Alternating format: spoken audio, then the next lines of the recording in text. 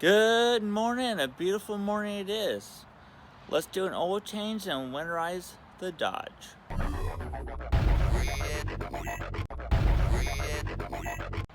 Welcome back to Retire Too Soon, and today we're going to be working on a 2000 Ram 2500 with the Cummins.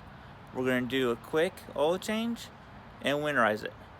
Here in Alaska, we have to plug in, and you have the normal block heater, but we also add one for the oil pan.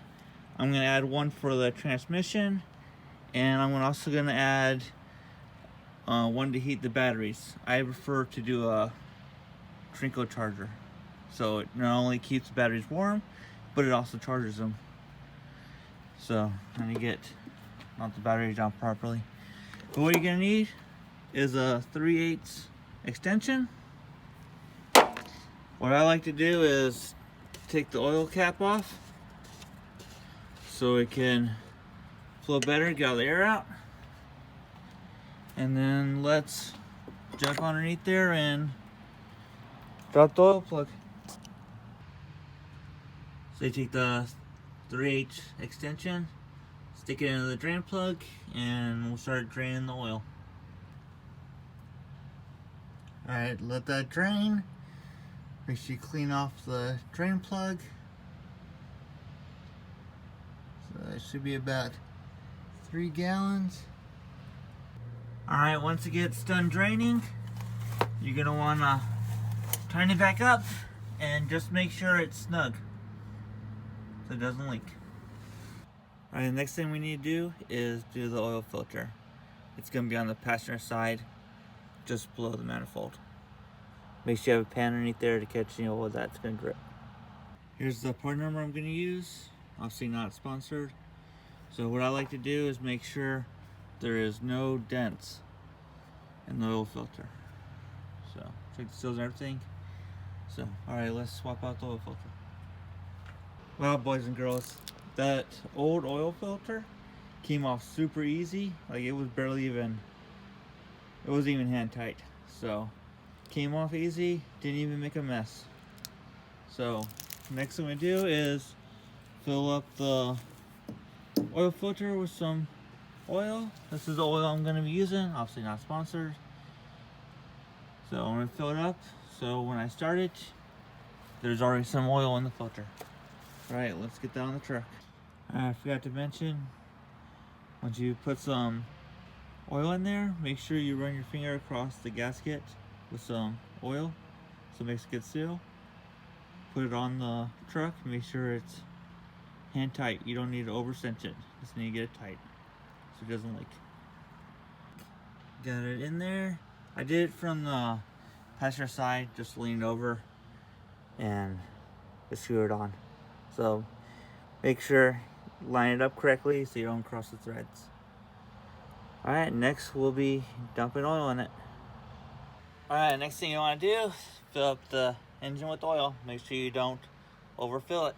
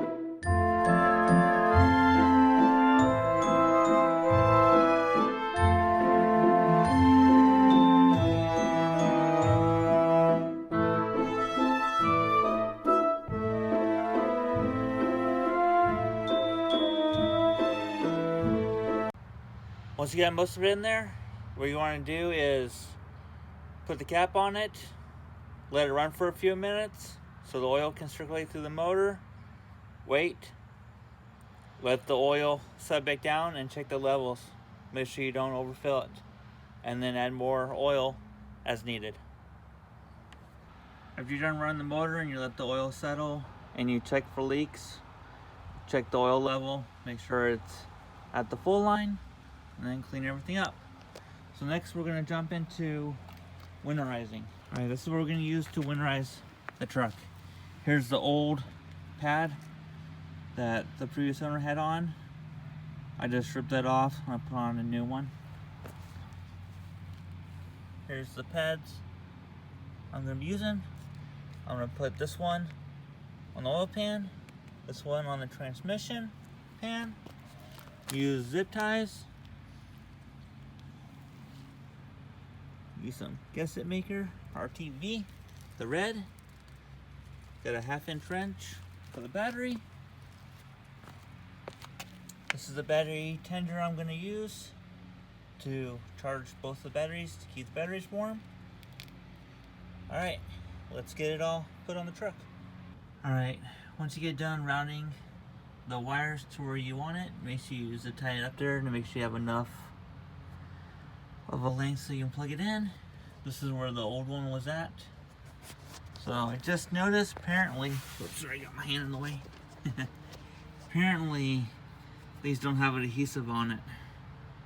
So the ones I've used in the past, you just peel it off and stick it on. So I guess I'm gonna have to put some of the RTV on the inside, and then I'll put the RTV around it like I normally do to keep it on and keep it sealed. So alright, let me get these installed real fast. And also you want to make sure that when you do the route, it doesn't involve with any moving or parts that are going to get hot. So avoid the exhaust and moving parts. Alright, boys and girls, so got the battery tender hooked up. Make sure they're tying down. Positive, positive, negative, negative. I put it behind the air box here. Ran the wire along the firewall and all the way over to the other battery. So pretty clean. That was pretty simple, but I think I made a big mistake by buying them pads from the Napa store. So obviously not sponsored.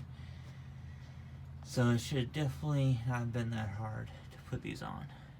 So it doesn't have to be too pretty, it just has to stay there and make contact to keep it warm. And that was a pain in the butt to do. I'm gonna have to come back down here and touch up that one because it's trying to fall off. So I'm gonna have to route the wires a little bit later when it dries so I don't pull it off. So learn from my mistake and I used the cats in the past. A lot simple. So unless I don't know, unless I did something wrong pretty much. Like it looks like you have to use RTV or something to get it to stick. Or they sold me the wrong ones. So sometimes convenience doesn't pay off. So I should have waited and ordered the cats like I normally do. But I want to get this video out to you guys. So also when I get it all set up, these plugs will go into a 4-way plug, which will be inside here. Which I also want to get the waterproof kind, and then they'll all have a blue extension cord, so I can plug it in. So in Alaska, you have to use blue because the normal red or orange, they'll break when it gets in the negatives. Thanks for watching. I hope you enjoyed this video. Hope it was helpful, motivate you to get out and work on your truck or car. So make sure you kick, punch, smash, whatever we're gonna do. 2020 is almost over. So subscribe, like, and I'll see you in the next video. Thanks for watching.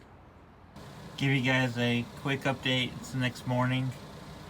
To let you know, like one of the mistake I made with this is you're supposed to put RTV on both sides. So you put it on the pan and you put it on the pad. Then you work it out, work the RTV out to the sides, and then spread it around. So I only put it on one side. But I think it'd be a lot easier just to stick it on like a sticker and then RTV it. So, hope that makes your guys' install a lot easier than mine. Alright, thanks for watching.